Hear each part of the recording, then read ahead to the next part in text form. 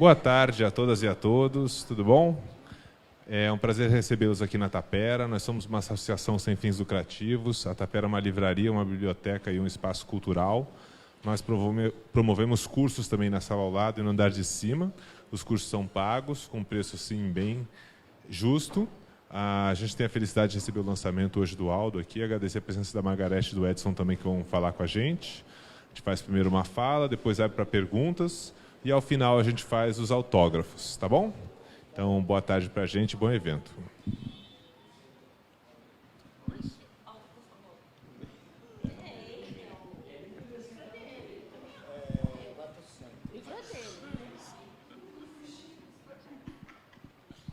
Nós fazemos laterais.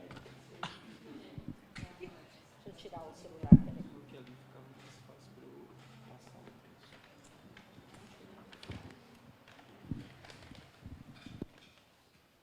Bom, gente, boa noite. Agradeço a presença de todos, né, nesse lançamento aí do meu livro. Tenho uma gratidão imensa pela presença da Margarete, do Edson na mesa. E, bom, assim, como está um público pequeno e mais íntimo, e a fala do livro da Alice veio muito ao encontro, né, de forma inconsciente, ao texto que eu escrevi, então eu decidi ir no texto.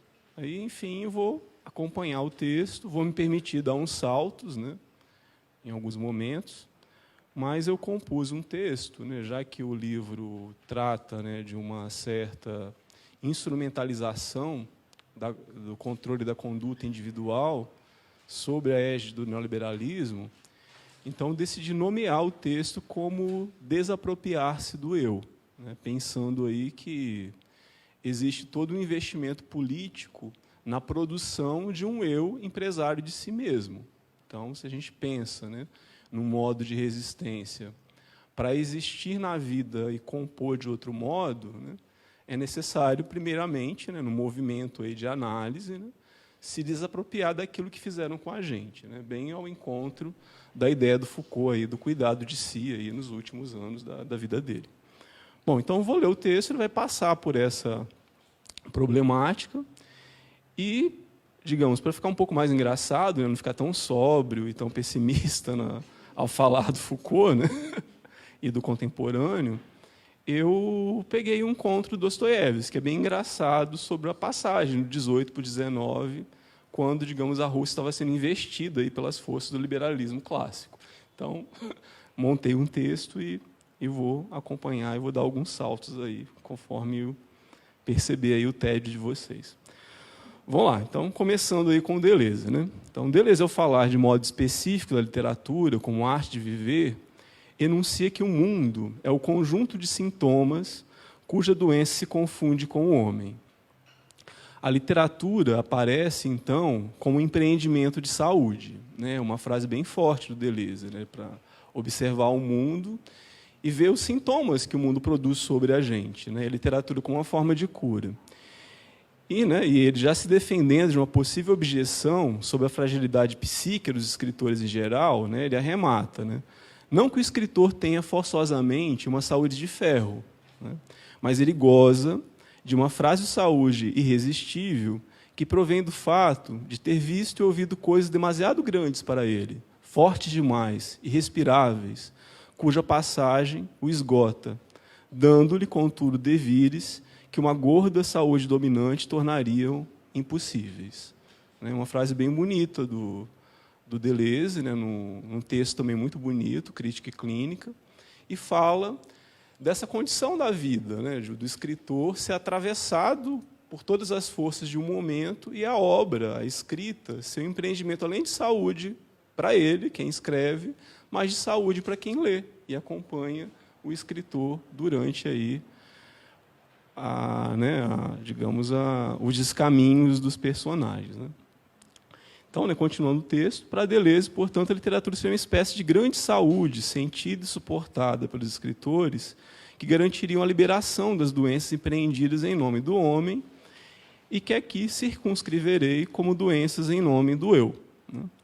Dessa forma, a invocação de Deleuze, filosofando sobre literatura para falar do problema que me propus ao realizar essa fala, né, nomeando, né, com a pergunta se um mundo novo é possível diante da governamentalidade neoliberal, né, se dá para justificar a companhia de um personagem de um pequeno conto de Dostoiévski, denominado Uma História Desagradável, para, com ele, levantar a questão da desapropriação do eu, como uma das saídas possíveis dos impasses imprimidos na psique dos sujeitos contemporâneos pela ação dos dispositivos de governo postos em atuação pelos operadores das políticas de Estado neoliberais, né?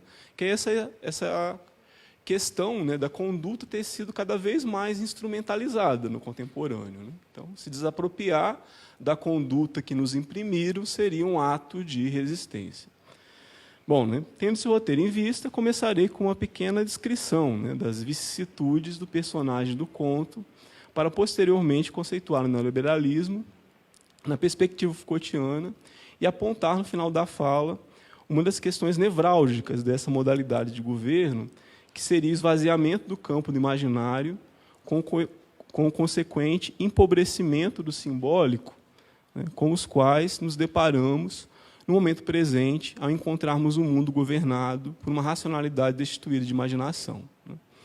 Então, comecemos a conversa com as vicissitudes de Ivan Ilyich Pralinsky, jovem general conselheiro efetivo do Estado da cidade de São Petersburgo, que, em uma noite clara e glacial de inverno, no ano de 1862, decide aceitar o convite para a comemoração do aniversário de 65 anos de um outro funcionário da alta patente da burocracia e trava, juntamente com o terceiro convidado, uma instigante discussão em relação às reformas liberais que o Estado russo vinha sofrendo via as ações de governo do czar Alexandre II. Né? Ivan Ilyich se mostrava idealista e eufórico, né, com o conteúdo das transformações no tecido social que incluíam, além da libertação dos servos, a possibilidade de um tratamento mais humanista entre os funcionários de diferentes níveis da burocracia do Estado russo, que seguia de forma concreta o funcionamento militar, né? Que cabe uma pausa, né, que, nesse momento aí, o Estado russo não passava pelos mesmos agenciamentos que os Estados ocidentais, né? Assim, a burocracia não era uma formação de compromisso entre o exército e o governo, mas era exercida de forma concreta. Certo? Os mesmos níveis dos cargos burocráticos dos operadores do Estado eram acompanhados pelos níveis de cargo dos postos generais, né? Digamos, do Exército, né? Seus interlocutores, né, que eram nobres, ora o olhavam com desdém, ora com desprezo, né, apontando as dificuldades inerentes ao se querer transformar rapidamente um conjunto de agenciamentos entre os cidadãos com as ideias que provinham dos pensadores liberais ocidentais. Um de seus interlocutores, no caso o anfitrião, ao se despedir dele, no horário previsto para terminar a festa, disse a frase: "Assim não vamos aguentar", né? Fazendo referência, né, a uma passagem do Evangelho de São Marcos, né, capítulo 2, versículo 22 e 23, né, que enuncia: "Ninguém põe vinho novo em odres velhos. Do contrário, o vinho novo romperá os odres, e tanto se perde o vinho como os odres. Mas põe-se vinho novo em odres novos." Então, ele queria remontar com isso, né, que ideias novas não caberiam no corpo velho, digamos, dos cidadãos do Estado russo naquele momento, né? O medo era da revolução, que estava já se anunciando. Ivan Ilyich pensa, então, da conveniência daqueles velhos senhores e de sua resignada e declarada resistência em aceitar as mudanças que, para ele, naquele primeiro momento, tornaria a convivência entre os indivíduos algo mais saudável e humano. Não obstante sua boa vontade em acolher as mudanças, os acontecimentos da noite causaram-lhe alguns impropérios, né? Aí o conto começa a ficar engraçado. O primeiro deles já se dá logo na porta da casa do anfitrião, quando percebe que o seu cocheiro, imbuído do espírito de liberdade de seu discurso, decidira ir com a sua carruagem no aniversário de uma comadre e o deixar a pé para retornar à sua residência, né? Ele vinha conversando animado com o cocheiro sobre o liberalismo e as pessoas serem livres, não precisarem respeitar estritamente as ordens dos superiores. O cocheiro, então, decidiu, né? Enquanto ele conversa com os amigos, eu vou na festa da comadre. Só que aí já deu um probleminha, né? Quando ele sai para pegar a carruagem, cadê o cocheiro, né? Ivan Illich é tomado de certo furor com esse fato, ele fica com raiva, né? Decide caminhar até outro bairro, onde poderia alugar outra carruagem e apreciar a paisagem e o clima da cidade que ele considerava agradável naquela estação.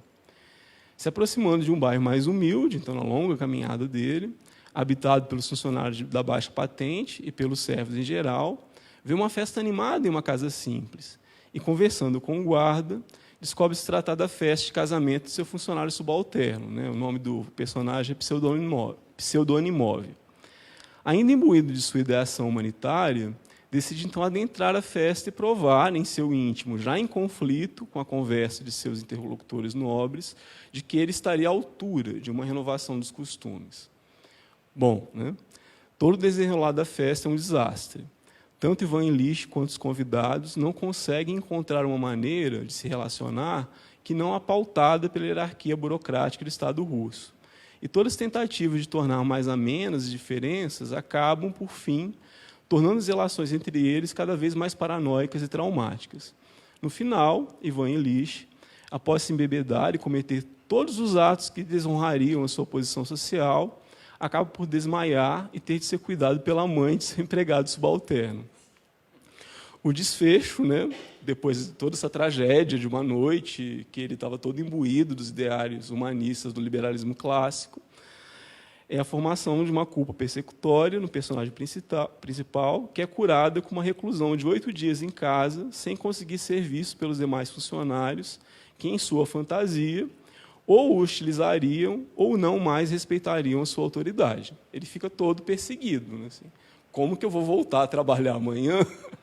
Né, que ele é uma espécie de prefeito da cidade, tendo ficado bêbado na festa, falado um monte de bobagem e ter sido necessário ser cuidado pela mãe do meu subalterno. Né? O que vai acontecer amanhã, quando eu retornar para o trabalho? Né? Porém, né, a burocracia funciona muito bem. Né? Ao retornar ao trabalho, 8 dias depois, encontra tudo funcionando com a tediosa ordem devida. O único acontecimento diferente tira sua aparente tranquilidade.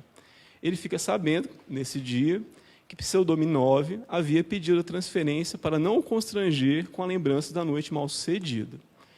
Reproduzo toda a última conversa do encontro entre Ivan Illich Pralinsky e seu imediato, Akim Petrovich, que também estava na fatídica noite da festa de casamento de Pseudonimov, por ser de vital importância para o que desenvolverei depois como crítica do neoliberalismo.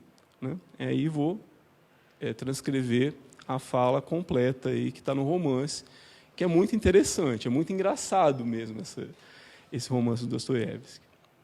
Aí, bom, né, o imediato dele fala, né? Há ainda um requerimento, disse secamente, de transferência para outro departamento do funcionário Pseudonimov. Sua Excelência, Semyon Ivanovich Stipulenko, prometeu-lhe uma vaga. Ele solicita a benevolente colaboração de Vossa Excelência.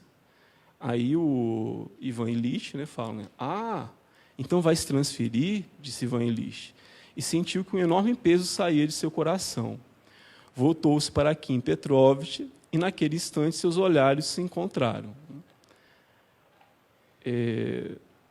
Mas, claro, né, ele responde, né, de minha parte eu farei, respondeu Ivan Illich, estou disposto.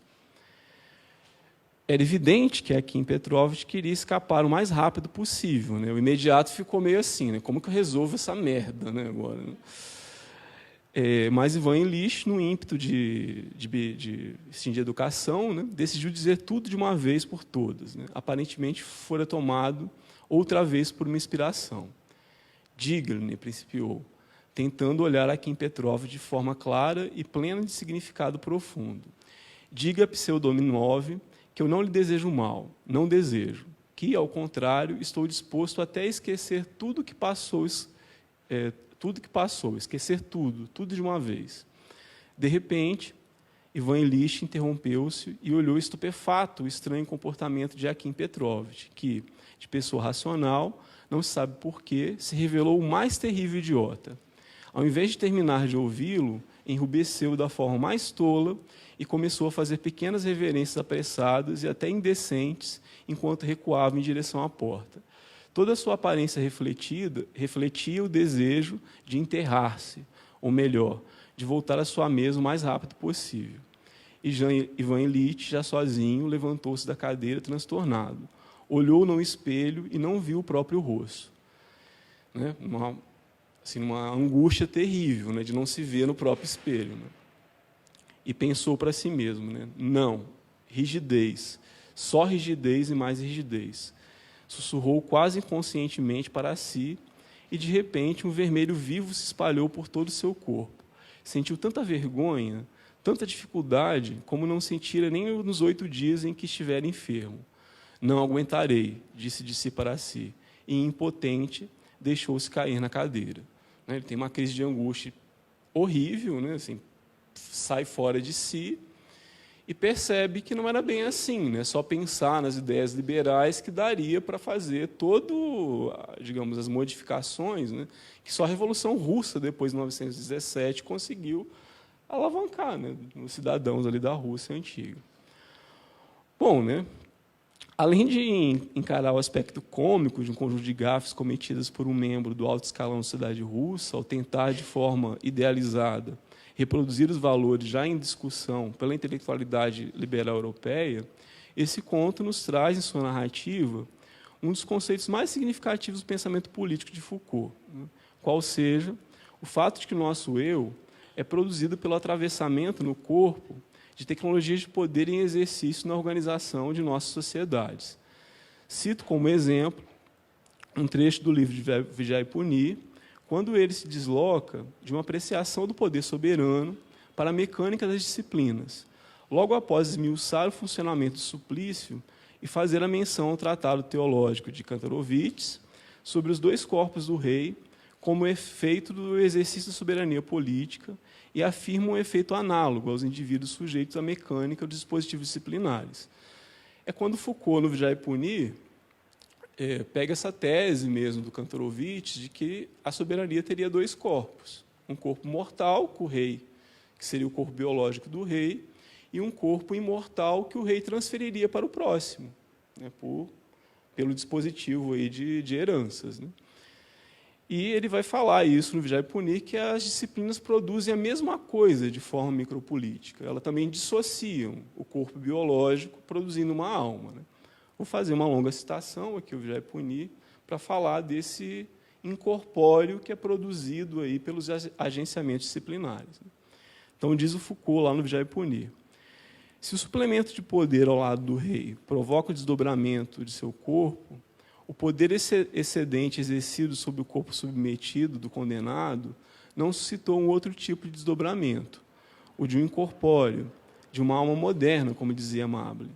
A história dessa microfísica do poder punitivo seria, então, uma genealogia ou uma peça para uma genealogia da alma moderna. A ver nessa alma os restos reativados de uma ideologia, antes reconheceríamos nela o correlativo atual de uma certa tecnologia de poder sobre o corpo. Não se deveria dizer que a alma é uma ilusão ou um efeito ideológico, mas afirmar que ela existe, que tem uma realidade, que é produzida permanentemente em torno, na superfície, no interior do corpo, pelo funcionamento de um poder que se exerce sobre os que são punidos, de uma maneira mais geral, sobre os que são vigiados, treinados e corrigidos, sobre os loucos, as crianças, os escolares, os colonizados, sobre os que são fixados a um aparelho de produção e controlados durante toda a sua existência. Realidade histórica dessa alma, que, diferentemente da alma representada pela teologia cristã, não nasce faltosa e merecedora de castigo, mas nasce antes de procedimentos de punição, de vigilância, de castigo e de coação. Essa alma real incorpórea não é absolutamente substância.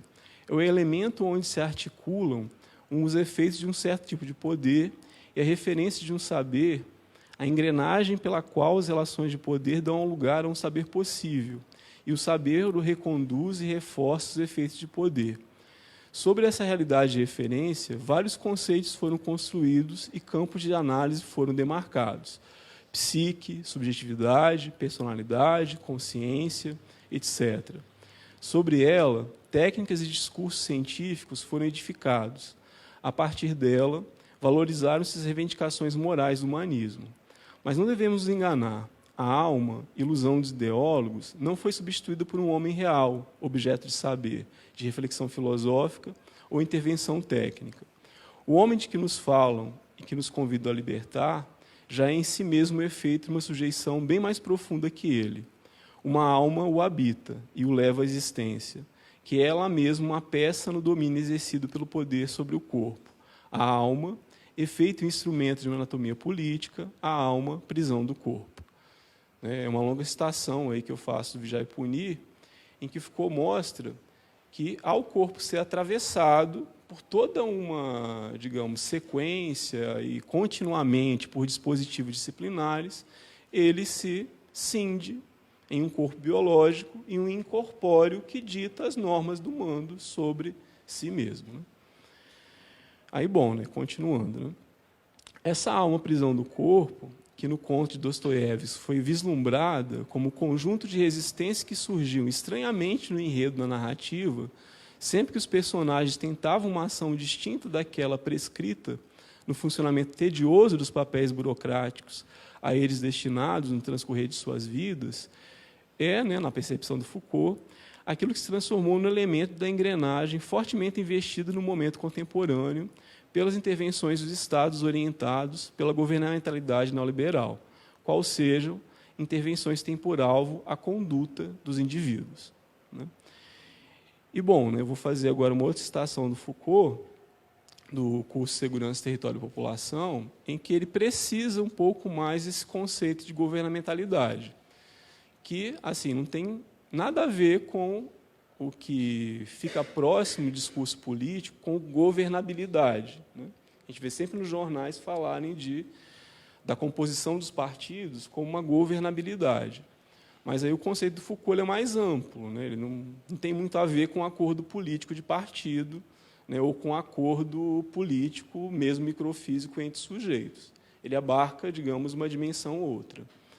Né? Ele diz que a governamentalidade, né, é um conjunto constituído pelas instituições, procedimentos, análises e reflexões, cálculos e táticas, que permitem exercer esta forma bastante específica e complexa de poder, que tem por alvo a população, por forma principal de saber a economia política e por instrumentos técnicos essenciais de dispositivos de segurança. Então, Foucault ele demarca 3 campos, né, em que opera a governamentalidade, que cuida de uma forma específica, tanto do conjunto da população, né, ao Estado criar a população como aquilo que deve ser cuidado pelos governantes, quanto à conduta individual de cada um sujeito que está compondo essa população. Então, tem a população por alvo, a economia política vai ser o campo de saber que vai produzir as verdades, né? E vão ter, então, os dispositivos de segurança que vão rastrear o comportamento da população para, digamos, justificar aquilo que vai sendo dito pelos economistas. E isso, assim, né, eu acho que a gente assistindo no jornal, a gente percebe claramente o funcionamento dessa engrenagem. Né? Por exemplo, falar de política de saúde. A gente não encontra mais psicanalista, psicólogo, algo do gênero falando sobre isso, ou médico. Vai estar lá um economista dizendo que vai cortar custo. For falar de política de educação, a gente não encontra mais, então, educadores mesmo falando sobre suas carreiras. A gente encontra economistas falando o que deve ser feito para que a educação fique melhor. E por aí vai. Na cultura também a gente não encontra produtores culturais ou algo do gênero, os próprios artistas, falando como deveria ser organizada, né, a produção da cultura. Você vai encontrar os economistas falando como se deve fazer para produzir cultura. Então, bom, então, esse conceito é bem interessante do Foucault para pensar, né, nesse modo, como os Estados modernos, né, eles, ao mesmo tempo que aglutinam um conjunto de pessoas em uma população, eles cuidam com o devido cuidado de cada um deles, né, em sua individualidade. Né. Então, bom, né, retomando o texto, né, essa tecnologia de poder tão contemporânea, que se utiliza de meios mais fugazes e em constante transformação, para Foucault tem uma genealogia antiga, que remonta aos investimentos da Igreja Católica ao se constituir como uma religião de Estado, e, para isso, necessitava inscrever um contínuo de obediência na consciência daqueles que se prestavam nas comunidades cristãs primitivas à experimentação da ascese. Tal tecnologia de poder se denominava poder pastoral e servia de suporte para um governo tanto individual quanto de conjunto, o que permitiu Foucault pensar no biopoder com essa mesma plasticidade de uma ortopedia individual, né, de cada corpo, e isso ele vai falar muito bem no Vigiar e Punir aí, com o uso das disciplinas, e um governo de conjunto por meio das biopolíticas. Né? Ele começa a falar isso no primeiro tomo da História da Sexualidade e complementa nos cursos em 76 e 79. Né? Ele fala bem aí da questão do biopoder e das biopolíticas.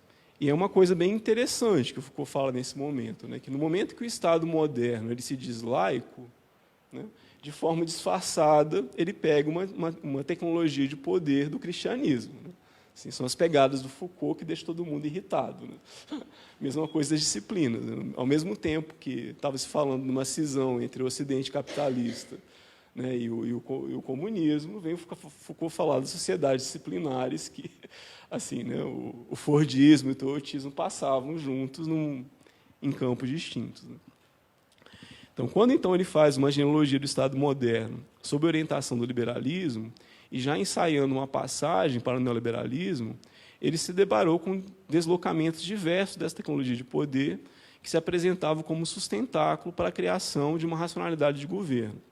Né? Deste modo, né, na transição do medievo para a Idade Clássica, entre os séculos XVI e XVII, o tipo de condução do pastorado havia se deslocado para a investigação das forças internas dos estados com a criação do estado de polícia. Então, aqui é o seguinte, né, que a polícia, nesse momento, não era ainda o que a gente entende de polícia hoje. Né, assim, essa polícia que prende, bate, enfim, né, que contém as existências. Na época aí em que se cria uma razão de Estado, era um conjunto de personagens que iam investigar mesmo as forças dos indivíduos que compunham a população dos estados, para saber mesmo. Né? O que a gente faz hoje como pesquisa social ou pesquisa no campo da psicologia, né? Essa escuta que a gente tem refinada do comportamento na psicanálise, tudo isso poderia ser pensado nessa época da razão de Estado como um estado de polícia. Né? Isso de investigar de forma miúda e fina o comportamento de uma população em geral, para ficar sabendo, né, faixa etária, nível de renda, tipos de comportamento. Então, tudo isso ganhava o aspecto aí de um estado de polícia nesse momento. Foucault fala isso no Segurança, Território e População. A ideia que permitia fazer isso, né, de ter um estado de polícia que ia investigar, então, cada um dos componentes de uma população, a ideia que permitia essa acomodação seria a salvação do Estado num processo de concorrência entre outros, né, estabelecendo uma perspectiva reguladora na imagem de uma balança. Né. Sendo assim, seria necessário gerir as condutas dos indivíduos tomados em uma população para que um desequilíbrio entre Estados não colocasse o jogo todo a perder. Né. Que a ideia, nesse momento, era não permitir que o império retornasse. Então, deveria haver uma balança europeia. Né? O estado de polícia, a investigação da conduta, serviria para um certo equilíbrio entre os estados da Europa, né? Para que um não ficasse maior que os outros e os submetesse dentro de um império. Com o alvorecer do liberalismo no século XVIII, né, o disfarce para o pastorado se fez numa certa tomada de possibilidade de se fazer uso de intervenções no corpo das populações por meio de dispositivos de segurança, na perspectiva da aferição de uma verdade natural que adviria do mercado. Nesse pensamento de uma certa naturalidade, eram conservadas certas áreas, no interior das quais o indivíduo utilitarista nasceria sem intervenções. Né? Educação, saúde, cultura, habitação e o espaço privado da casa eram tidos como naturalidades a serem conservadas livres das operações tanto do Estado quanto do mercado. A ideia dos liberais, todos eles, que o eu era uma propriedade, e ele já nascia utilitário.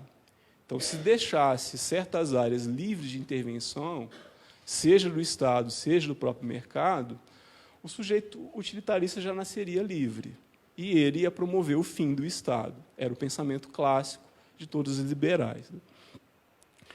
Com os neoliberalismos no presente, visto que o próprio mercado passa a ser pensado como uma produção da intervenção estatal, o pastorado volta a ser exercido na conduta de cada um e nas condutas de uma multiplicidade de sujeitos tomados no coletivo, em ações de conjunto, na medida da criação de um espaço concorrencial onde cada sujeito, individualmente, deve seguir as regras estritas do discurso gerencialista para alcançar a salvação num mundo em que o Estado já não oferece qualquer garantia.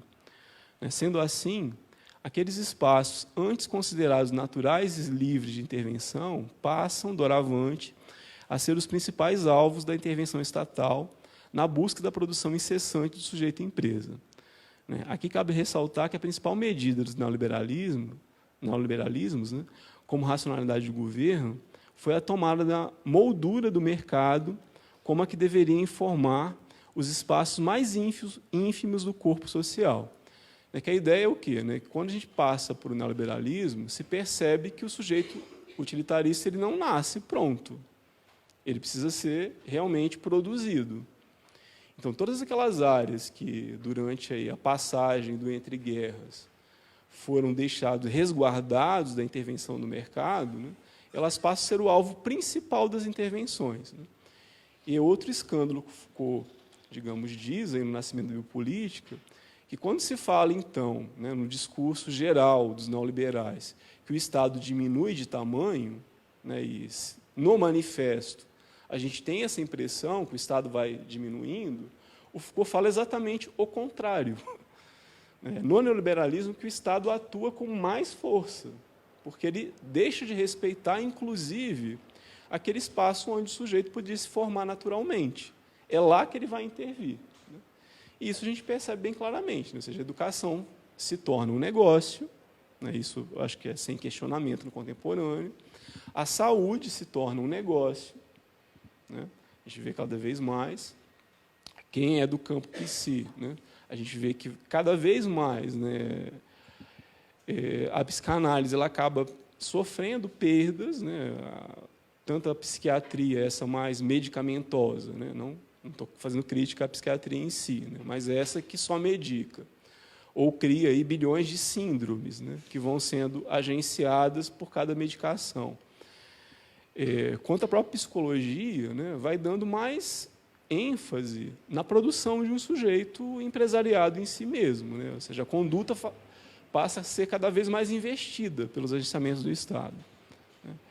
E aí, bom, já fechando para passar a palavra, então, se pensamos nesse sentido, que o sujeito empresa é um tipo de produção de um eu, atuado no aparelho psíquico como algo que possui e acumula a si mesmo, para narcisicamente se pôr em estado de concorrência com outros eus, forjados na mesma lógica de intervenção, fica próxima a perspectiva de que, se desejamos um mundo distinto deste moldado à imagem e semelhança da governamentalidade neoliberal, torna-se necessária a produção de experiências de desapropriação do eu.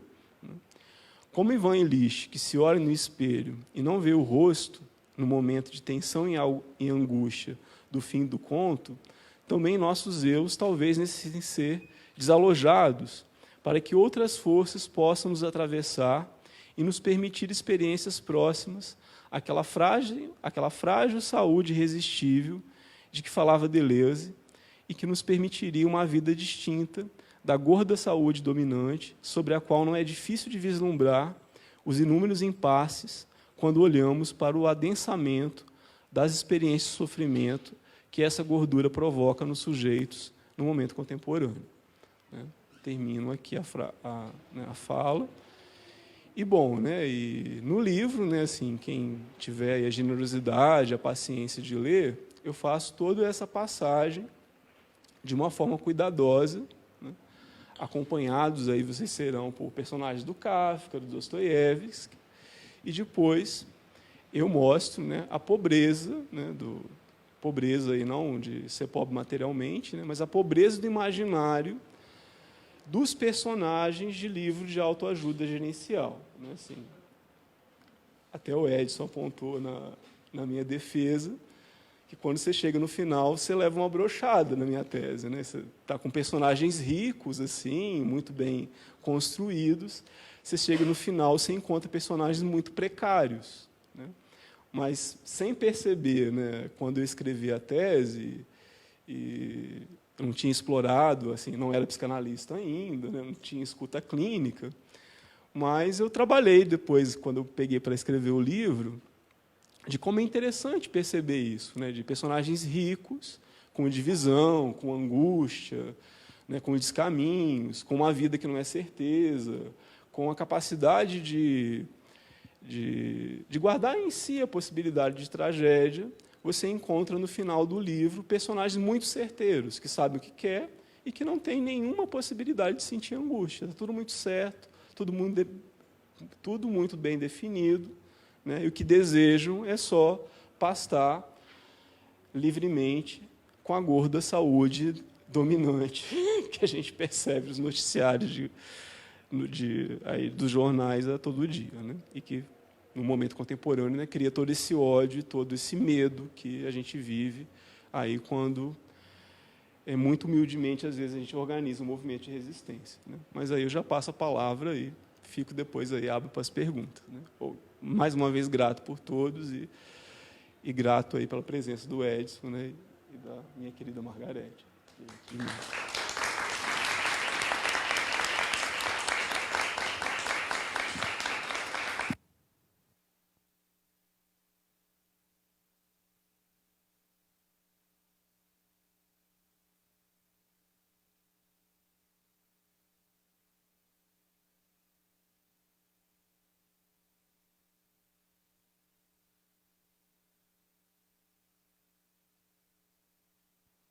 Melhorou? Vai uma também aqui, não? Quero também. Nós estamos na linha de lesadinhos mais inteiros. Não temos nenhum problema de dizer que a gente está meio lesado temporariamente. Nem um pouco. Alô? Bom, eu conheci o Aldo lá na PUC, né? Ele era orientando do Peter. Do Orlândia, é mesmo. O Peter estava na banca, né? Era do Orlândia. Engraçado, né? O Orlândia fez uns negócios lá na sua banca. E aí a gente estava... Ele aparece lá, tal, falei, porra, os caras tudo fazendo filosofia, né? Eu dou aula lá de ciências humanas. Ou isso que se chama ciências humanas, que, segundo o próprio Foucault, não é nada. Mas, então, está lá o Aldo, tal, eu assim, com um interesse grande de conversar, né, com esse tipo de procedência, que isso é sempre muito interessante. E aqui, na apresentação do livro, ele disse que foi interessante frequentar meus cursos lá, porque ele ficou mais ambientado com as risadas do Foucault, né? Talvez pelo fato de eu abordar muito mais o Foucault fora do percurso da filosofia do amor platônico, do platonismo, ou da filosofia das sensações, não é? do Descartes, do Locke, etc. E está muito mais próximo da filosofia machadada, não é? Do Nietzsche, que eu acho que é o campo da genealogia, não é? É por onde o Foucault entra e é onde, queiramos ou não, independente das divisões, até didático-pedagógicas, que os historiadores da filosofia fazem com a obra do Foucault, não é? Você percebe o conjunto dos incômodos que movem o Foucault na construção desse sujeito dentro da nossa história. Muito bem. Então, é assim que eu conheci o Aldo. Depois nós nos reencontramos aqui naquela conversa sobre anarquismo, aqui mesmo. E é muito bom estar conversando sobre esse empreendimento de si nesse tempo da filosofia Biscati. Não é? Eu chamo de filosofia Biscati. Vocês podem chamar se vocês quiserem, porque acho que nenhum filósofo ainda fez aquele estudo de profundidade, não é? de definição, né, clara de que tipo de filosofia é essa e tal. Mas eu chamei de filosofia biscate, essa que vai pelo campo da autoajuda, acho que cujo um dos corolários é de uma certa candidata a governo, num estado aí do Brasil, que escreve um trabalho de filosofia, como conversar com fascista. Quer dizer, nós estamos na merda. Não é? Isso eu chamo de filosofia biscate, todo mundo sabe o que é biscate, né? Sabe, né? Quem não sabe o que é biscate, põe no Google, depois vocês acham, porque tem muita gente que conhece por outros nomes mais contemporâneos o que é biscate. Não é? Mas, para mim, é isso, e eu acho que descambou tudo por esse lado. E descambou por esse campo assim, de um relativismo atroz, de um democratismo medíocre. Ou seja, vivemos essa era da mediocridade. Ponto. Não é? Então, na era da mediocridade, nada como você ter o corolário disso, que é o empreendedor de si. Porque é a hora que a força de trabalho foi deslocada por toda essa concepção mais recente dos economistas, né, para essa noção de capital humano de investidor de si próprio, não é? Cujo corolário disso a gente vê aí de baseada. Não é? Então, eu queria começar por aí, porque você falou de Dostoiévski e desse caminho, né, de um sujeito com imaginação, e eu me lembrei de um outro livro, que nem ia falar sobre isso, mas eu lembrei de um livro que eu gosto muito, do Sebald, que chama Austerlitz, não é? Que é talvez um pouco uma forma de eu chegar nessa discussão do pastorado contemporâneo. Vai com você. Porque no Austerlitz, o personagem, obviamente, nós estamos na Segunda Guerra Mundial, é um garoto tcheco, cuja mãe é uma cantora de ópera, e que, devido a uma série de pequenos acordos, ele consegue ser embarcado num trem, e ele vai com uma série de outras crianças parar na Irlanda, e ele é educado na Irlanda. Ele se torna um arquiteto, se eu não estiver enganado, se interessa profundamente em como houve a expansão de Londres, ou seja, como que a periferia de Londres foi ocupada pelo lumpen, pelo operariado, pela expansão das ferrovias, da mineração. E é um jovem extremamente perturbado, digamos assim. Não? Ele é um sujeito perturbado, não com transtorno, ele é perturbado.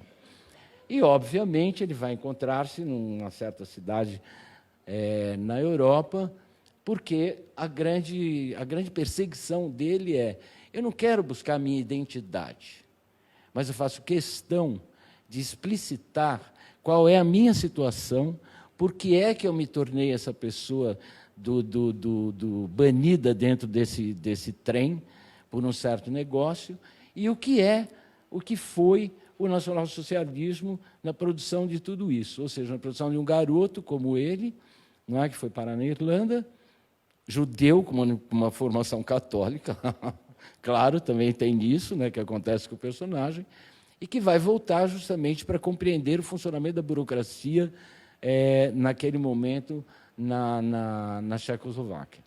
O livro é deslumbrante, eu estou contando só o episódio, vamos dizer assim, o plot do livro, não, spoiler, não é? Mas eu estou contando isso porque o que é importante nesse livro, não é? É a maneira pela qual várias outras crianças se conformaram, viraram irlandeses, não desconfiaram da sua procedência, da sua proveniência, e se ajustaram perfeitamente bem a toda aquela vida, como uma série de operários que também foram ocupar as periferias de Londres e se tornaram acomodados dentro daquela situação, etc. Ele não, ele é um sujeito que precisa buscar alguma coisa, ele sabe que ele não é o que estava ali, e ele vai em busca dessa outra coisa que rompe, não é, com esse pastorado todo, na medida em que as chamadas práticas de si, ou a prática de si, vai desembocar numa certa prática de liberdade, que é fundamental, inclusive, para o levantamento que ele vai acabar fazendo e revelando os diários do Adler, que era um sujeito que viveu no campo de concentração de Theresienstadt, que fez um diário mesmo, de todo o dia de funcionamento daquele campo de concentração que vai virar um campo de extermínio. Não é? Então, o livro é simplesmente deslumbrante no sentido que cada um de nós, não é? Ele quase nos tira para conversar no sentido cada um de nós pode exercitar a prática da liberdade, não é? Independentemente do funcionamento macro, do pastorado, do cacete A4. Não é? Alguma coisa que o que é de fora nos atinge de tal maneira na construção da nossa subjetividade que elas nos movem para encontrar uma coexistência com outros processos de subjetivação. Não é? Então, há um rompimento, não é, com toda uma construção sedimentada de um bom atendimento psicanalítico, de uma boa medicalização psiquiátrica ou de um bom acompanhamento psicológico. Não é? Trata-se de um sujeito antirresiliente. Não é? Muito bem, eu falei tudo isso porque eu gosto muito desse ponto final da nossa conversa, que é por onde tudo está descambando, onde é muito importante para o capital humano essa filosofia Biscati de autoajuda, e onde não há mais uma preocupação muito grande com práticas de liberdade, a não ser com uma certa encenação. Não é? Havia um sociólogo americano, muita gente não gosta que fale de sociólogo estadunidense, né?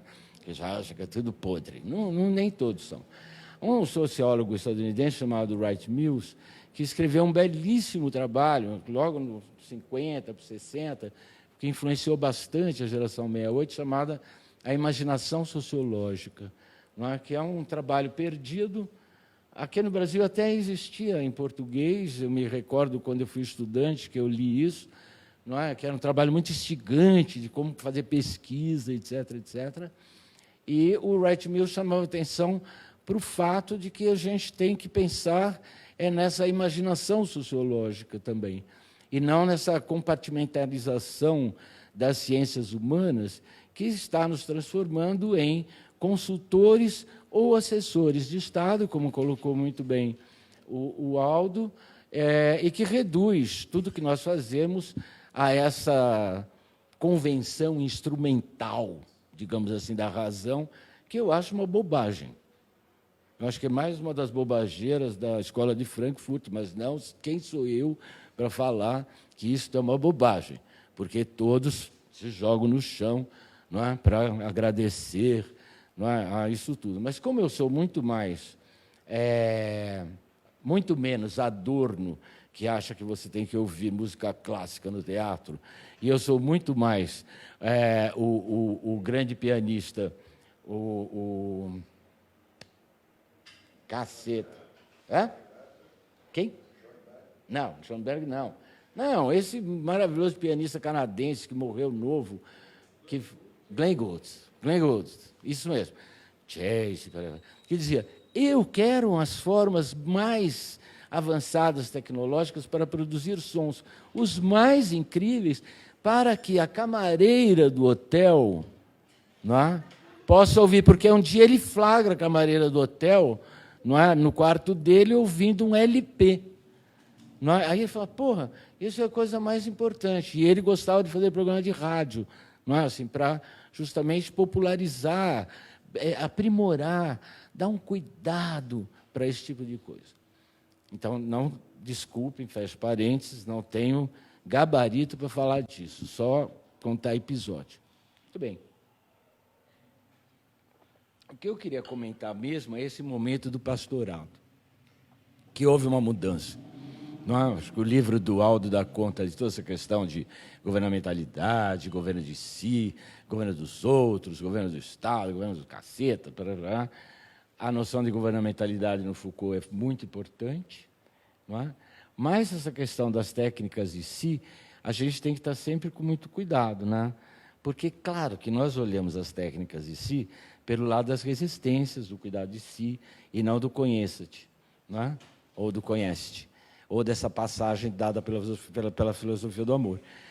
E a gente perde, talvez, no meio disso tudo, não é? A grande construção das práticas de si, dentre elas. Vou esquecer a filosofia, não quero falar disso, mas que é o cristianismo. Seja na sua versão católica, não é? Seja na sua versão de contrapoder, como vai dizer o Foucault, que é a reforma luterana, que vai coincidir, obviamente, com a emergência da filosofia das sensações. Então, é muito interessante tudo isso, né? De sorte que a gente tem que parar para pensar um pouquinho como é que nós construímos isso que chama-se alma, não é? Isso que chama-se espírito, isso que chama-se ego, isso que chama-se eu, isso que nós fomos assim quase que naturalizando na nossa existência e não conseguimos nos desvencilhar disso, a ponto de hoje em dia não precisarmos de recorrer a nenhuma dessas coisas, a não ser ao Rivotril básico e os livrinhos de autoajuda, não é? E os filósofos biscates. Estou adorando falar biscate, você reparou? Biscate. Bom, daqui a pouco vai aparecer alguém aqui para falar assim, olha aí que você está usando uma expressão que é pejorativa, você pode tomar um processo por assédio, parará, parará. Eu já tomei, então não tenho problema com isso. De sorte que, o que é que interessa? Lá no pastorado, não é? As coisas mais importantes vinham do quê? De um lado, de toda essa construção da igreja e de como é que ela colocava a importância da mortificação do eu em cada um, não é? Primeiro, pelas práticas de mosteiros e depois pelas práticas que vão sendo, não é, traçadas para nós mesmos em torno da salvação. Essa que é a questão principal, não é? Por isso que nós mais praticamos, a exemplo do que se passava no âmbito dos mosteiros, é a penitência, não é? E não é à toa que prisão vai chamar penitenciária. Ponto. Até aí já tem um ponto bem interessante de... pegamos aí. Passamos pela sociedade disciplinar. Não é? Ultrapassamos. O outro lado são essas práticas nossas de salvação. Como nós nos mortificamos no sentido de garantir a nossa alma pura. Não, nem tanto, né, Adriano? A gente estava discutindo isso. Nem tanto no dia a dia, mas para o juízo final. Porque no cristianismo a grande coisa é o padre vai lá, tira seus pecadinhos, não é? Sacramentos vão acontecendo historicamente, etc., até chegar um momento que você está toda semana mandando bala de pecado, mandando bala, agora já não precisa mais responder o questionário do padre. Não é? Vocês lembram do questionário do padre? Quem é mais antiguinho aqui sabe que o padre fazia aquelas perguntas, né? Você fez. Não. Ele queria saber se você tinha iniciação sexual. Era isso que ele queria saber, não é? E isso é muito interessante, que vai aparecer principalmente em todas as prescrições relativas às mulheres nas confissões da carne, não é? E vai aparecer muito relativo aos homens num outro curso mais brevezinho do Foucault, chamado Malfazer. Né? Então, o que eu queria chamar a atenção é para o fato de que nós aprendemos a nos governar, seja por esse pastorado cristão, seja pela consolidação do Estado de Justiça na figura do rei no final já da Idade Média, não é? E seja também pelo fato de que nós não suportamos o que nos é estranho e vomitamos para fora, não é? Que são os loucos, os delinquentes, prisioneiros, etc., etc. O neoliberalismo arrumou tudo isso, tem arrumado de um outro jeito, a partir dessa noção de capital humano, de empreendedor de si, etc. Por quê? E agora eu vou finalizar rapidamente, porque é importante para ouvir Margarete e conversar com vocês. Qual que é a costura que ele vai fazer, não é, o neoliberalismo? Ela é muito sutil nesse campo do capital humano em especial. Por quê? Há uma mortificação do eu que continua existindo? Sim, em torno do juízo final não existe relação religião e governo que possa ser dissociada, não é? Essa é a grande contribuição, talvez, que eu acho do Foucault, que sai fora de toda aquela tradição igreja-estado, não é, etc. Vai para o campo dessas relações, de modo geral, e da governamentalidade. Muito bem. Então, nós temos algo que se passa aí sem alteração. Não é? Continuamos nos mortificando. Mas, como capital humano, competitivos e abençoados que somos, não é? Para crescermos, para nos afirmarmos, etc., nós precisamos do quê? Acreditar em nós mesmos. E nós vamos acreditar em nós mesmos não mais com o apoio da psicologia ou da psicanálise, mas principalmente da psiquiatria biológica, se estiver errado, você me corrige, hein? Da psiquiatria biológica e da psiquiatria cognitiva. Não é? São as duas fundamentais, porque vai combinar a medicação com a reconstrução de si, no sentido da competição e abertura para 1000 outras religiões, nessa mortificação. Não é? Porque o que entra em jogo é o ecumenismo. Eu preciso ser zen, então eu trago alguma coisa do Oriente. Não é? Não está perdido nada do Oriente, só tem ganhos. Não é? Só tem ganhos para isso. Tudo traz para você, obviamente, como o capital acumulou, você também, como parte constitutiva desse capitalismo, que é o capital humano, você coopera e colabora, não é? Você também precisa acumular. Você precisa acumular em si uma série de coisas, até esse limite que se chama autoajuda.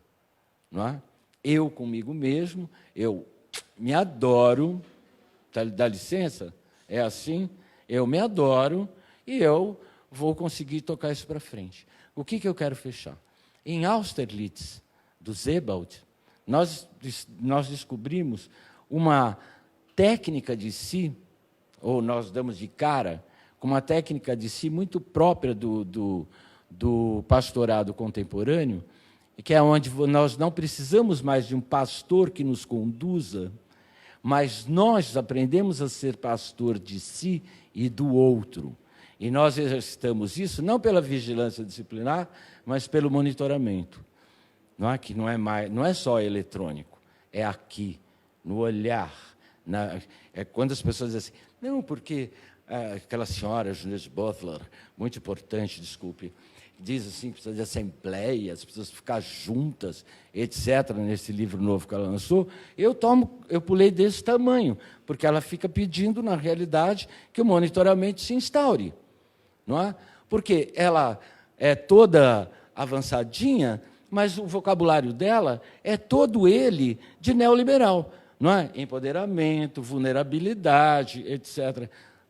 Com licença. E também não acho que a mulher dela é grande coisa também. Ponto. Para não ficar salvando. Entendeu? A Cássia adora salvar. A Cássia adora salvar. Quando eu bato na gente, eu falo, ai, mas a Wayne é bacana. Então, essa aqui é só uma brincadeira entre nós. Não é? Por que eu estou dizendo tudo isso? Porque nós caímos nisso. O neoliberalismo nos constituiu em pastores de nós mesmos e pastores do que estamos então em volta, e com tanta autoajuda, nós também não conseguimos mais produzir conceitos e nós recorremos a todos os conceitos produzidos pelo neoliberalismo com sinal contrário, de esquerda. Por isso que todo mundo debocha da esquerda hoje em dia. Todo mundo, não, vocês sabem o que eu estou falando. Não é? Por isso que esquerda, hoje em dia, é uma coisa pejorativa. Por isso que esquerda, hoje em dia, ninguém dá valor. E vira quase que um processo, um discurso de autoajuda entre essa própria esquerda. Ok? Vou parar por aqui.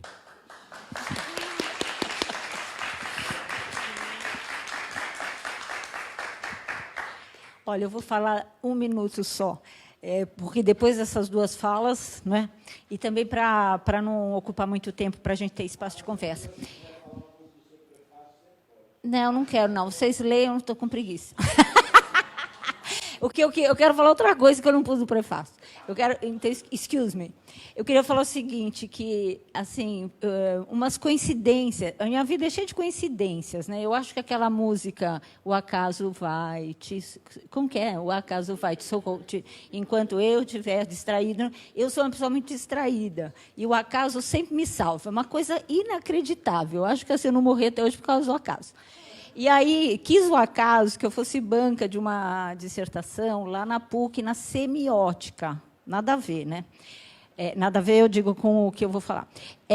E aí, essa tese, essa dissertação, citava essa moça que está ali, chamada Alice, esse trabalho que ela apresentou anteriormente. E eu fiquei muito interessada e falei assim, nossa, de quem será isso? Fui atrás e descobri que a orientadora era a Eliana Conde. E a Eliana Conde, em vez de me responder o e-mail, passou para ela e a Alice me mandou um e-mail. E me dizendo, eu vou lançar o livro, a tese está já transformando em livro em São Paulo, no Tapera, nesse dia, que era o dia que a gente ia combinar também o Aldo, entendeu? Então, assim, eu vim para duas coisas. Bom, então, foi um prazer enorme conhecer a Alice, e eu adorei que seja livro, porque essa história de tese online, faz favor, né? Para quem tem problema de coluna, não dá. Ficar na internet a vida inteira, né? Bom, então, esse foi o primeiro ponto que eu queria puxar, porque também foi assim que eu encontrei o Aldo, entendeu? Também foi na internet, a gente estava pesquisando lá com o meu grupo, quem fala de neoliberalismo com Foucault, entendeu? Porque não é, neoliberalismo com marxismo tem muita gente, mas não era, não sei se tem muita gente, mas e tem gente muito boa, mas não era o que nós queríamos. A nossa linha de pesquisa se chama gênero e subjetividade, e a gente queria alguém que trabalhasse com subjetividade. E aí, procurando assim do nada, eu não sei se eu não lembro também muito bem, mas eu lembro que eu achei a tese dele e falei assim, nossa, olha isso, esse trabalho, nossa, está falando do capital humano. E eu e o Maurício, que é meu doutorando, que está mais ligado com o trabalho de neoliberalismo e Foucault, começamos a ir atrás e ler, e fomos parar no Gary Becker, e fomos parar naquelas histórias todas de Hayek, de não sei quem, não sei o que mais, né? E o trabalho dele. E aí, então, eu mandei um e-mail para ele. Então, foi o contrário. Você me mandou e-mail, eu mandei para ele. Mandei para ele o e-mail, e ele me respondeu, e a gente ficou conversando 1 ano. Mas a gente não se conhecia, era o trabalho. Eu estava pensando no trabalho, no texto dele, entendeu? E foi assim um tempão que a gente ficou conversando, até que um dia eu resolvi organizar aqui uma mesa com ele e o Alessandro e o Maurício, que é esse meu orientando que tinha me puxado, para a gente se conhecer, todo mundo se conhecer, entendeu? E assim eu conheci o Aldo e a gente ficou grandes amigos, não é? A gente tem conversado muito, tem passeado muito, tem tomado muito vinho. E aí, assim, toda uma rede, ele veio para a Unicamp também. Então, o que eu quis trazer um pouco é da alegria de estar hoje, nesse momento, encontrando, por acaso, as duas figuras no mesmo momento, com trabalhos importantíssimos para pensar essa questão da produção da subjetividade, que já foi bastante colocada aqui na fala deles dois. E eu queria dizer assim que também eu quero falar na contramão do que eles falaram. Eu quero falar da minha surpresa com as coisas boas, entendeu? Com os meus encontros, assim, porque a despeito de um mundo que está punk, horroroso, eu não sei se punk é a palavra correta, como que é biscate. Mas eu acho que biscate é mais vocabulário masculino. Eu vou falar punk. Um tá punk, tá dark, não sei. Em que pese todo esse nazi aí, né, assustador que nós estamos vivendo, não é? A minha vida está sendo muito ao contrário. Eu tenho encontrado pessoas muito incríveis, livros muito incríveis. Outro dia, quando eu conheci o Laval e Dardot, né, e o Alessandro fez um jantar, eu acabei conhecendo pessoalmente o Laval e o Dardot, e eu falei para eles, olha, eu queria pedir um favor para os senhores professores, dá para vocês escreverem um pouco menos? Não está dando tempo, entendeu? Porque a quantidade de livros, entendeu? Pô, eu já estou ficando velha e estou correndo atrás, a minha vida inteira eu estou correndo atrás, entendeu? Caramba! Então, eu estou muito surpresa com o tamanho da crítica. Entendeu? Eu vou falar o contrário do que eles estão falando. Eu tô surpresa. Veja nós aqui. Hoje é sábado, gente. Hoje é sábado à noite. Caramba! Né? Nós estamos acostumados com as nossas rodas anarquistas, que, né, ficava até... sábado era... Né? Então, assim, eu estou muito surpresa e, assim, com a sofisticação das análises. Entendeu? A do Aldo, o Edson, cada fala dele é uma aula, né?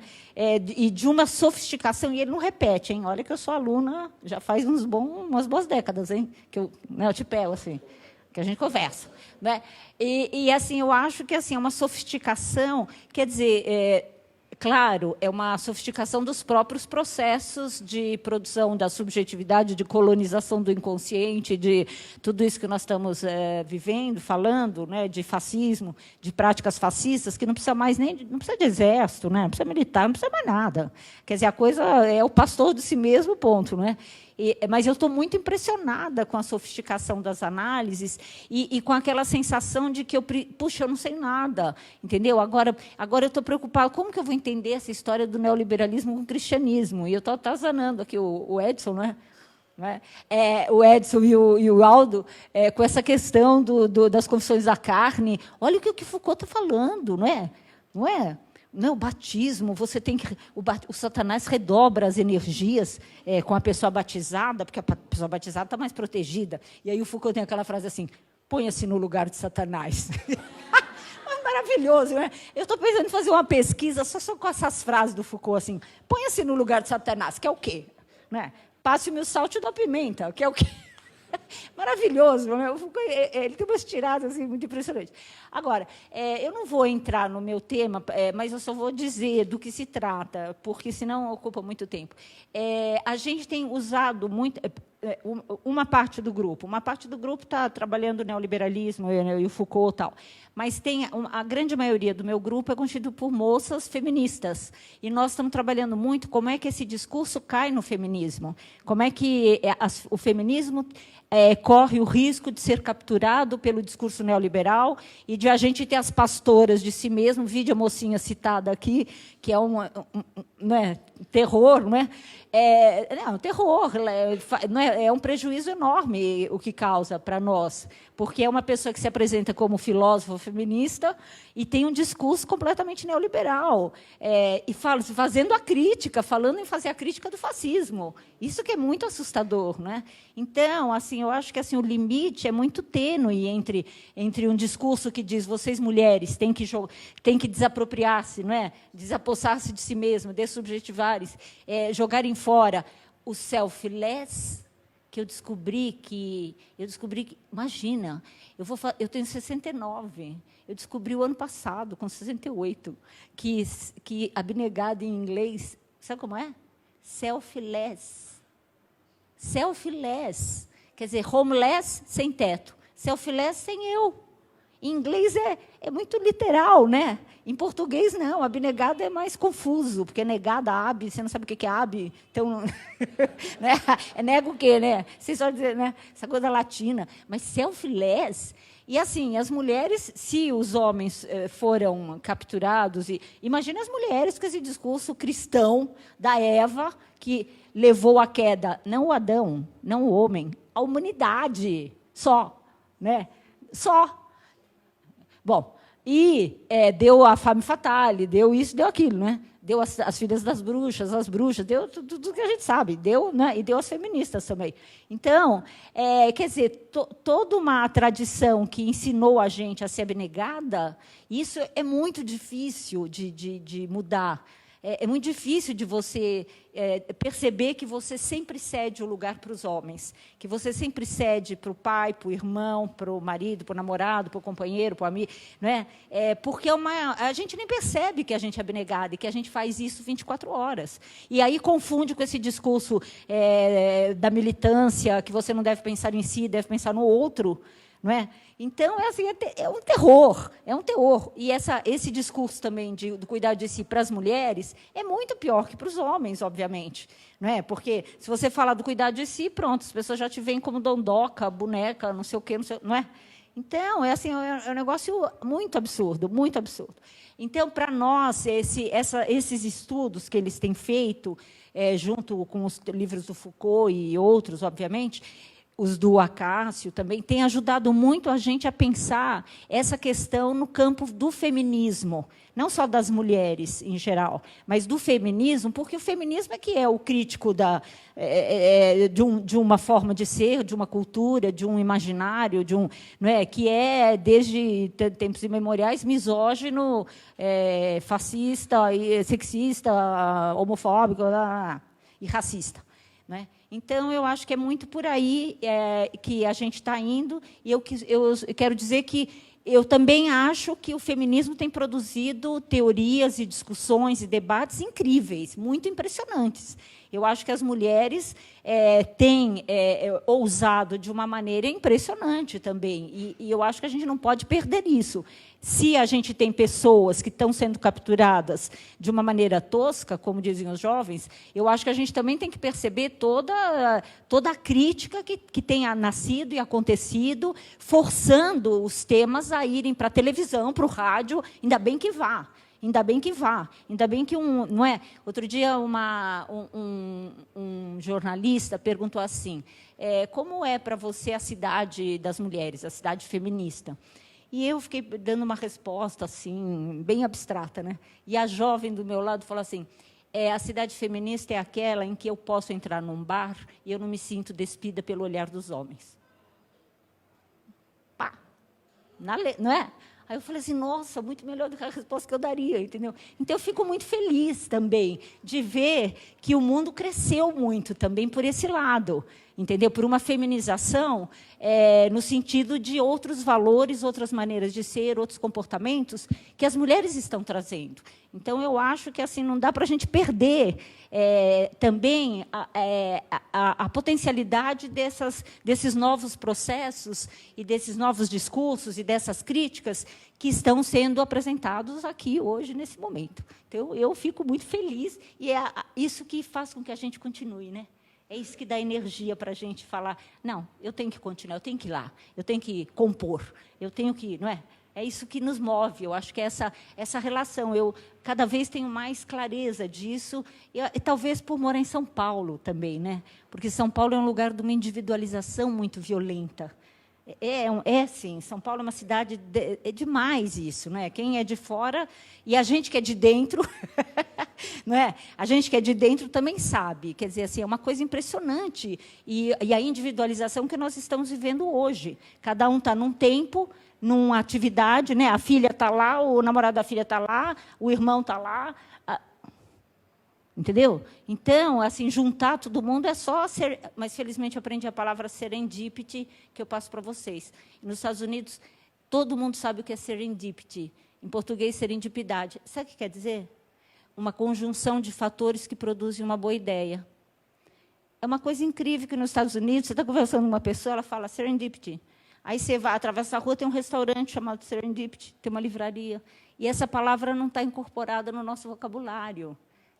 Olhem depois, procurem essa palavra, serendipidade, serendipity com S, que quer dizer uma conjunção de fatores aleatórios que produzem uma boa ideia, uma boa situação, um bom encontro. E eu fico com a serendipity do nosso encontro.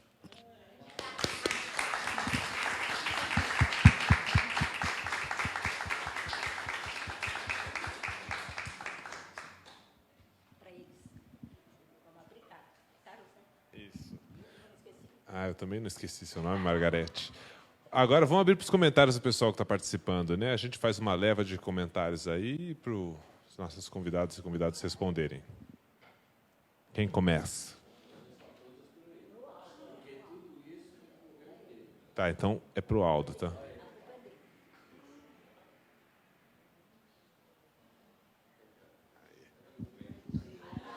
Por favor, né? É um comentário bem pontual, assim. Na verdade, é uma coisa que eu tenho pensado recentemente. Me parece, vou tentar conectar um pouco as três coisas que eu ouvi para formular a questão. Eu estou plenamente de acordo, especialmente com o que o Adson colocou no final, assim. Quer dizer, não é que não precisa mais de exército, né? Tem exército e mais alguma coisa. Então, eu acho que a gente vive um tempo bem duro, e só que, ao mesmo tempo, tudo isso que se diz resistência tal vira um grande coletivo de terapia em grupo, alguma coisa desse tipo. Fica muito próximo da autoajuda.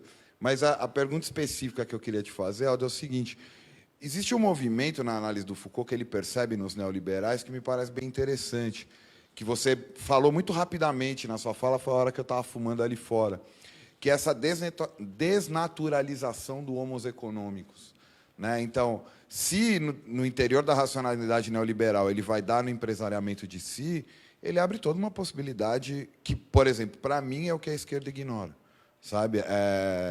E na minha cabeça não é à toa que é o último curso moderno do Foucault. Aí ele vai estudar cuidar de si, entendeu? Então, me parece que na crítica à economia planificada, ao plano Beveridge, ao keynesianismo, a tudo isso que, veja que curioso, na crise da globalização, tanto a direita quanto a esquerda está querendo retomar, né? A direita com um discurso nacionalista meio repaginado, e a esquerda com essa coisa nacional desenvolvimentista, neo-keynesiana, absolutamente assustadora, e perde-se a dimensão, ao invés de ficar repetindo as palavras dos neoliberais, empoderamento e assim por diante, pensar que, bom, bem ou mal, a gente vive uma situação onde, que melhor do que quando era na modernidade, vamos chamar assim, o ser humano tá por se fazer, tá por se fazer, ele está desnaturalizado, né? O homos econômicos não é mais aquele do David Ricardo, do Adam Smith, assim por diante.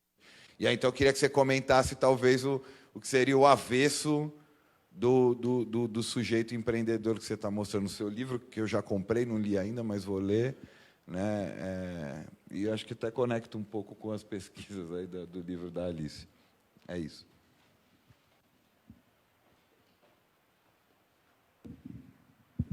Mais alguém para essa rodada? Então é contigo aí, o pessoal vai pensando.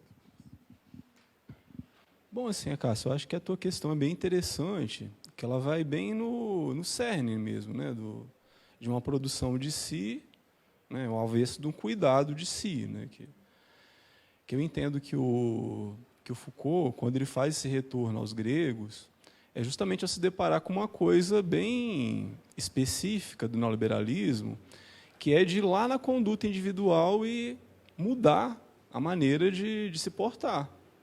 Em vez da alma moderna, punitiva, lá do vigiar e punir, ele encontra uma coisa absolutamente horrorosa para mim, eu acho assustadora, que é alguém se considerar como uma empresa de si mesmo.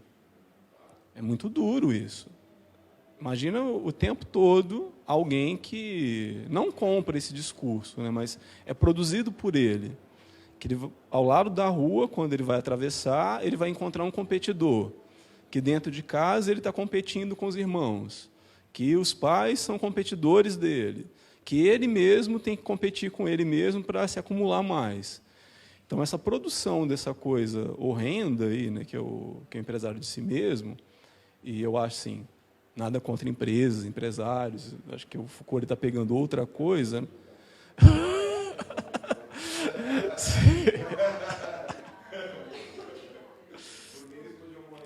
Sim, mas eu acho que é aí, na questão do empresário de si mesmo, ele está falando de outra coisa, né, que é a vida que está sendo instrumentalizada. Que horror que é isso, né? E aí eu penso assim, até a gente está fazendo lá o pós-doc com a Margarete, né, e vendo o que resta da confissão na psicanálise, para ver esse retorno do Foucault, para então pensar na genealogia do sujeito de desejo também, que é diferente, né? Essa produção de um indivíduo que compete com si mesmo e só vê no outro um competidor, isso é muito diferente de um cuidado. Né? Que na passagem do mundo antigo para o medievo, a ascese que era esse cuidado, né? De como que numa sociedade em que se admitia abertamente que existia escravidão, como o sujeito se forja para ele ser livre. Acho que essa era a questão da ascese, né, da ascese antiga. E acho que não é à toa que o Foucault vai lá atrás ver isso. O que aconteceu com essa ascese que produzia a liberdade para isso virar numa ascese em que se estabelece um diretor de consciência? Alguém, então, que vai me guiar. Alguém que vai me fazer uma outra alma, né? Alguém que vai identificar os sinais da queda. A gente pega as Confissões da Carne lá, quando ele fala da libidização do sexo, né? De esse incorpóreo, esse inconsciente, essas ações que a gente não controla, serem sinais da queda. Então, precisar de um outro que vai me observar nesse sinal da queda do paraíso, para eu me tornar um sujeito, então, salvo. Alguém que, no final, quando vai prestar as contas, estarei salvo. Né? Eu acho que é por aí que passa esse cuidado mesmo, né, de não virar essa produção de si ser confundida com um cuidado de si consigo e com o outro. Né? Que, em vez... Achei bonita a colocação da Alice na fala dela, que nos próprios grupos de esquerda ou nas militâncias, às vezes vira um inferno de um ficar vigiando o outro. Olha, esse não está fazendo direitinho o que deveria fazer na cartilha. E isso não é esquerda do jeito que deve ser. Esse é isso, esse é aquilo. Então, isso não é cuidado. Isso é bem neoliberal de instrumentalizar um modo de ser no mundo que dê certo, já que o Estado ele não garante mais nada. Né? Aí eu acho que a tua questão vai para essa diferença de uma produção de um eu, então, aí, escravo de um outro, escravo da concorrência, escravo de ter que competir consigo mesmo o tempo todo, sem... Né, quem fica escravo de WhatsApp fica o tempo todo recebendo demanda, e de um cuidado, que é uma coisa diferente, de poder produzir um campo, mesmo interno, de liberdade. De poder, então, ter troca com outro que não seja essa da concorrência e da vigilância, né? Que se instrumentaliza e se dilui, né, no tecido social. Eu acho que é isso, assim, se te respondi. Né? Acho que é por aí.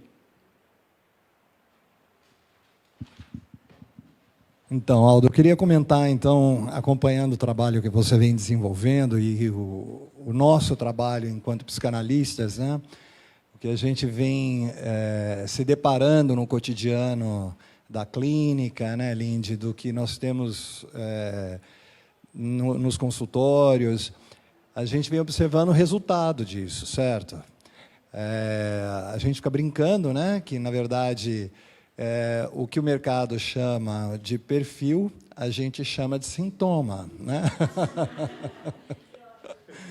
Então, é ali que a gente vai encontrar essa tentativa frustrada, né, de se manter numa subjetividade onde o neoliberalismo coloca o sujeito num processo de corrosão imenso, né, e, cada vez mais, a gente vai observando como eles são tratados na sua subjetividade de uma maneira patológica, onde o não encontro, né, ou o total desencontro deste mundo vai dando um desamparo tamanho que vai surgindo aí uma certa nata, né, que vai fragmentando o que a gente vai observando na sociedade em violência, em ódio, em um discurso unificado de desamparo mesmo, né? Você estava falando, Margarete, da dificuldade, por exemplo, desse moedor de carne que é uma metrópole como São Paulo, né? A gente vai observando a solidão, como ela bate no consultório, né? Eu acho que isso são sinais muito claros desse fenômeno que está ocorrendo, né?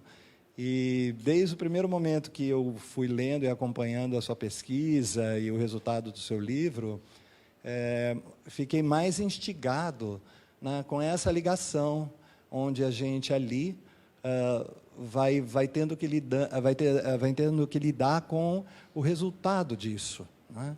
Que aí já não é mais um fenômeno que se possa estudar e debater, né? A gente está lidando com o real, né, com o resultado dali.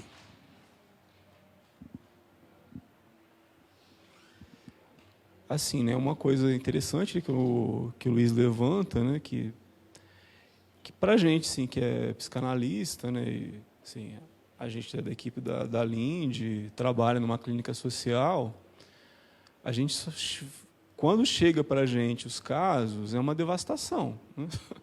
A gente recebe a devastação que foi feita com a sociedade, né?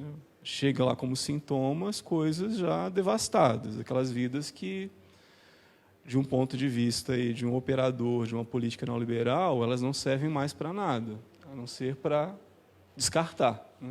A gente recebe muito lá o descarte. E como a gente consegue mudar isso, né? Os casos que a gente acompanhou aí nesse tempo, como é interessante só ter quando a pessoa começa a reconhecer que ela tem um espaço que é dela, de escuta, que tem um outro, que é escuta com cuidado, sem julgar, só isso já produz um campo em que outras forças que atravessam o corpo produzem um desejo aí de continuar. Assim, os casos que a gente acompanhou, nós dois, os casos da equipe, a gente vê assim, como ainda a psicanálise, né, depois de ter passado uma crítica aí, poderosa pelo Deleuze-Guattari, mas essa retomada, eu acho que foi feita dos estudos do Lacan, como que ainda isso, dependendo do analista, né, pode produzir uma outra coisa que não esse empresário de si mesmo ou esse descarte, né? Que quando chega às pessoas, às vezes as pessoas se confundem com o próprio sintoma. Você pega assim, a pessoa vai falar com você, eu sou fóbico. Hã? Eu sou maníaco depressivo. Hã? A pessoa não se vê para além do sintoma que ela tem.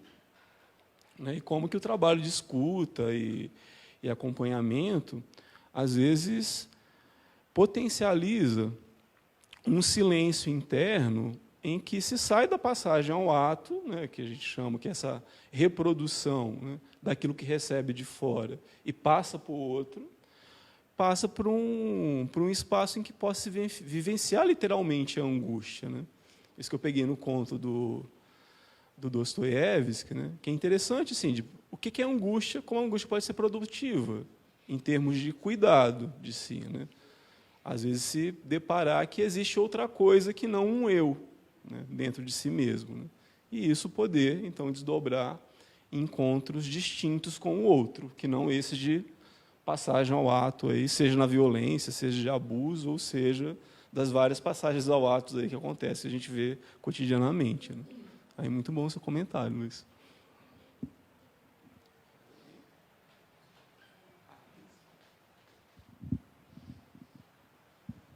Também não resistia. Às vezes a gente também... Eu tenho me perguntado assim, o quanto também é necessário falar em alguns momentos, mas, enfim... me senti provocada assim, por algumas falas aqui, acho que principalmente quando a Margarete levanta, né, algumas questões, mas que dialogam com as outras falas, que acho que, de novo, ainda somos muito platônicos, né, no sentido de binarizar as coisas, né, o quanto que a gente também consegue situar o cuidado, e aí uma determinada escuta clínica, uma operação que é muito delicada, né, que não descambe nem, né, para uma defesa, por exemplo, né, da dessubjetivação, que se confunda com a abnegação, né, e aí acho que, de novo, ter esse perigo da total desterritorialização, de um apagamento de um eu, né, como se a identidade em si, ou o eu em si, fossem colados a uma essência e que, ao jogar fora, a gente está jogando toda possibilidade de contorno, né, de uma existência, e, por outro lado, também não justamente essa emulação que é do empresariamento da vida, que é de um eu, então, mais forte, mais competitivo, etc. A operação do cuidado ela está entre uma coisa e outra, né? Não é a total dessubjetivação, e aí acho que tem muitos movimentos autonomistas que vão, né, também dizer assim, poxa, esse Foucault aí está falando para jogar fora a identidade, está falando que a loucura não existe, ou está falando...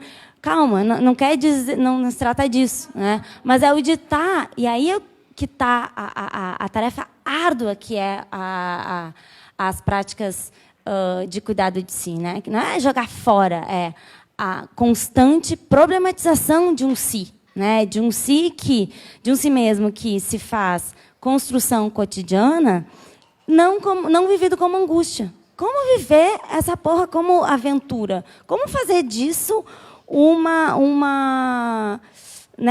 trabalho, uma experimentação que seja libertária, que seja na direção, justamente não de um ponto a se chegar, ou de um ideal, e sim de uma aventura que é cotidiana e que é produção constante, né? Porque senão a gente fica caindo nessas armadilhas binaristas, né? Que então é a total dissolução,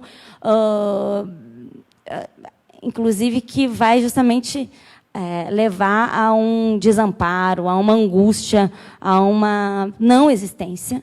E, por outro lado, não, então trata-se da gente, né, vamos para as palavras, né, de empoderamento, de afirmação, mas confunde-se com essa operação do empresariamento de si mesmo, né? Então, acho que assim, senti que essa questão ela continua sendo muito delicada, né, de se tratar e extremamente necessária, não só, de novo, para quem está, né, na universidade, fazendo pesquisa, dando aula dentro da academia ou não, mas e também na clínica, quer dizer, como operar uma clínica que também não caia não se trata de confundir essas coisas, né?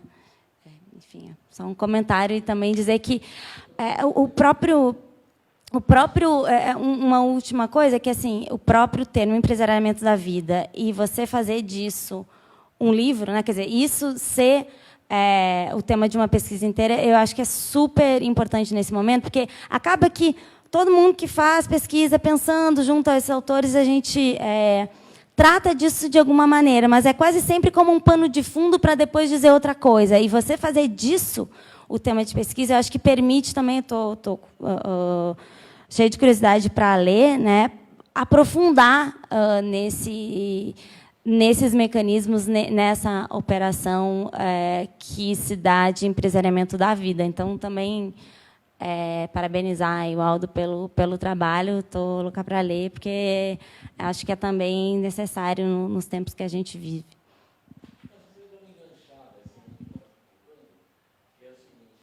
Só pela transmissão.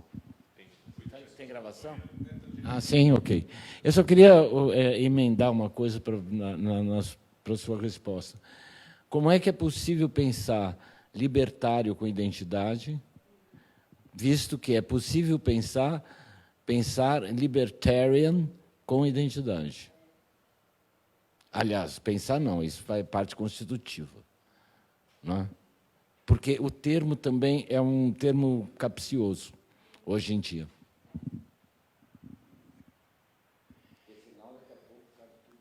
Sim, exato.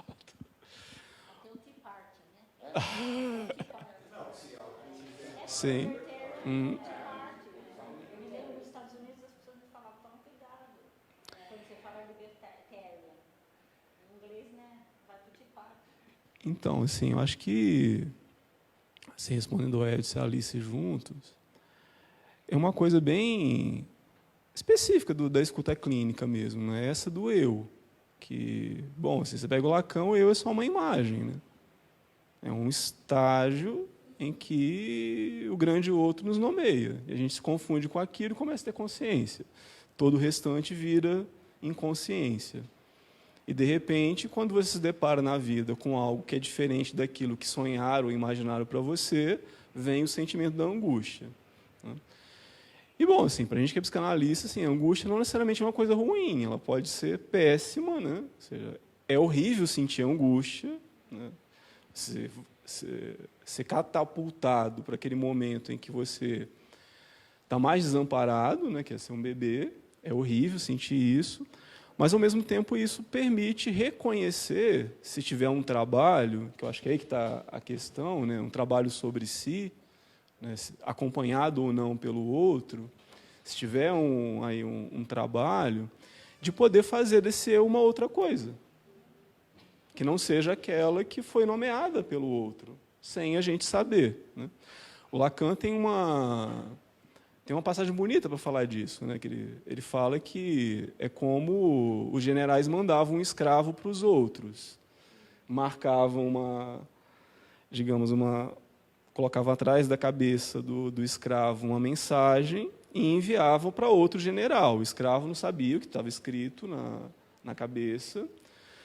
O outro general recebia a mensagem e cortava a cabeça fora. Então, o eu é mais ou menos isso, né? Nomearam, a gente se olhou no espelho, se reconheceu, nossa, sou bonitinho da mamãe, sei lá, ou quem fez a função materna, e tenta a vida toda, né, com essa instrumentalização mais refinada aí do neoliberalismo, tenta responder para si mesmo a essa imagem, às vezes com muito sofrimento, né?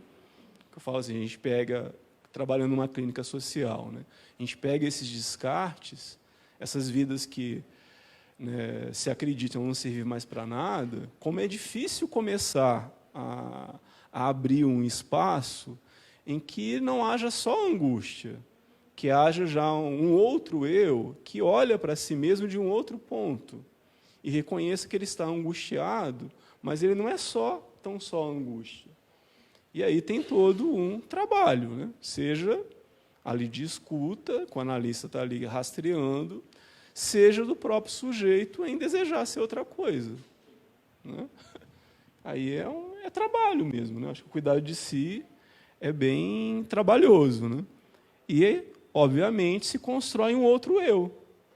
Deixar de ser aquele que imprimiram sem a gente saber qual era a mensagem para passar para outro general e passar a ser um eu que possa desejar, que possa querer, que possa, aí, de forma libertária, né, construir um mundo com o outro que seja um pouco diferente desse que a gente recebeu aí, bem complicadinho, né, no contemporâneo. Eu acho que é mais ou menos isso, assim, a resposta, se é que é resposta, né? Isso, é. Não se torna uma obrigação, um dever ser, né? E sim uma aventura mesmo, né? Porque senão vira mais um código, mais uma caixinha para agora todos temos que ser libertários, então vamos ficar vigilando quem é mais ou quem é menos libertário. Não vire mais um sistema de vigilância. Acho que é por aí. Eu não. Tá bom, então. Bem, agradecer a todo mundo que acompanhou e agora vamos fazer a sessão de autógrafos, né? A mesa já está lá, a gente coloca aqui na frente. O livro está ali à venda, R$ 49,00, e vamos lá. Botar uma musiquinha aqui. Valeu, gente. Uma salva de palmas aí pelo evento.